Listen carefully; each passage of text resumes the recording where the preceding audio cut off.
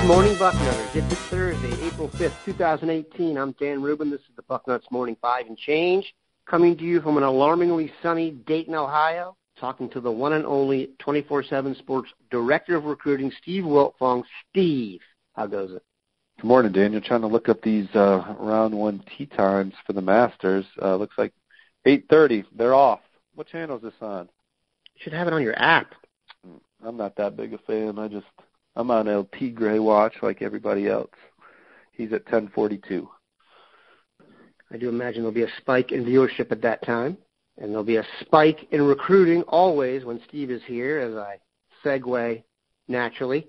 Let's talk about the latest name to bubble up prominently, and that is Garrett Wilson, a wide receiver out of Lake Travis in Austin, Texas. If that name and that school sound familiar, they should. It's because Matthew Baldwin, redshirt freshman quarterback at Ohio State currently, was his high school quarterback. Add into that Mr. Wilson, a standout receiver, once lived in Columbus for about 6 years. And I'm wondering why this is even a recruiting battle at this point, but it is. He has visits scheduled to Ohio State on April 14th. Unfortunately, he has a visit scheduled to Texas on April 21st. Steve, will Garrett Wilson break the last visit theory for Recruitniks? Well, as it stands right now, Ohio State appears to have the advantage, talking to a couple different sources about the Ohio native who moved to Texas Longhorn country, obviously at Austin, right down the road from Texas University. But I like Ohio State right now for Garrett Wilson, and I think people in Austin like Ohio State right now for Garrett. But he's certainly intrigued with the Longhorns and that opportunity. One source out in Texas said that Garrett Wilson thinks Matthew Baldwin is Dan Marino, so that can't hurt Ohio State. So we'll see how it plays out. First, I like the comparison to Dan Marino, and they use a little historical semblance there, which is strong. Can you tell us a little bit about Wilson? If you look at his particulars, doesn't seem to be an overly big guy. Where does the talent lie? In the speed, the quickness, the route running? Well, he loves the end zone, 98 catches for almost 1,800 yards and 26 touchdowns. He can hurt you in a variety of ways. He's just a skilled receiver, and he's athletic. And so he brings all the boxes. As I pull up his track information, I know you see some explosiveness from track and field. So he's a do-it-all guy, and he's a guy that Zach Smith has sunk his teeth into. Zach does a terrific job when he locks in on his few targets each year. He tends to hit on most of his top targets, and Garrett Wilson's one in this cycle. I have to believe that this is going to work out for the Buckeyes here. The only thing that bothers me is the last visit to Texas, and that's kind of just being a recruiting nerd for as long as I've been. But I would expect Garrett Wilson to be a Buckeye.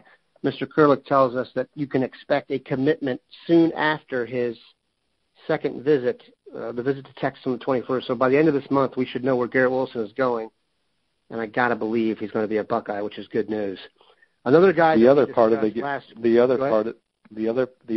Garrett Wilson recruitment, you have Ryan Day. He's a name that just has really, I noticed it a lot last cycle, and I feel like I'm noticing him even more this cycle. Urban Meyer, the emphasis that they put on recruiting inside that building is second to none, but Ryan Day seems to be like becoming another star on the trail. And those are traits that Coach Meyer looks for in assistant coaches, and Ryan Day seems to check those boxes. Yeah. When they paid him what they did and the interest outside the WAC should let you know that they got something special there, and he's certainly making a positive impact. What I was saying before is the other guy who was here, or another guy who was here recently that's very interesting is Noah Cain.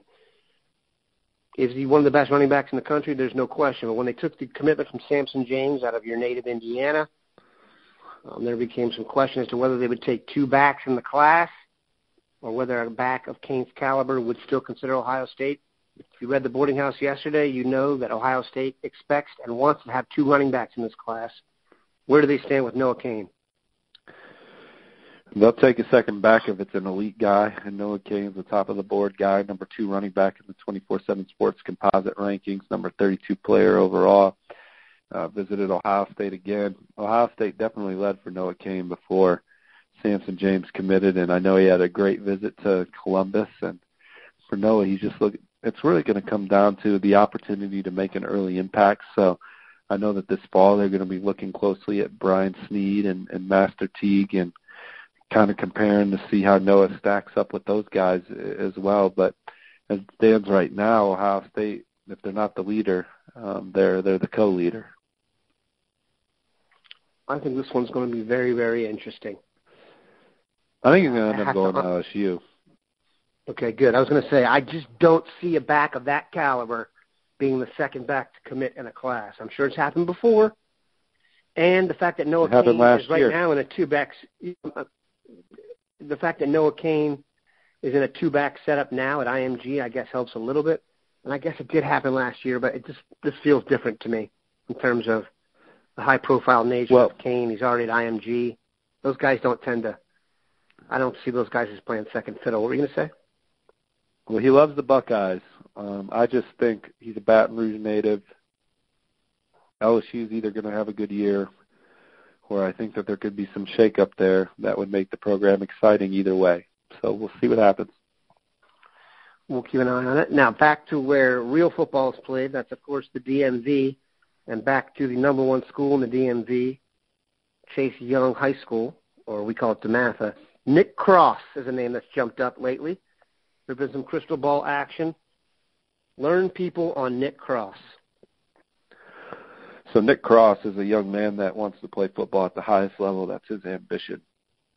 And he believes that Florida State, those schools in the SEC, are the ones that present that opportunity for him. And I know he's also high on Oklahoma. But Ohio State was his best visit to date. He told me that. And he went with his family, which was big because his family is super huge on education.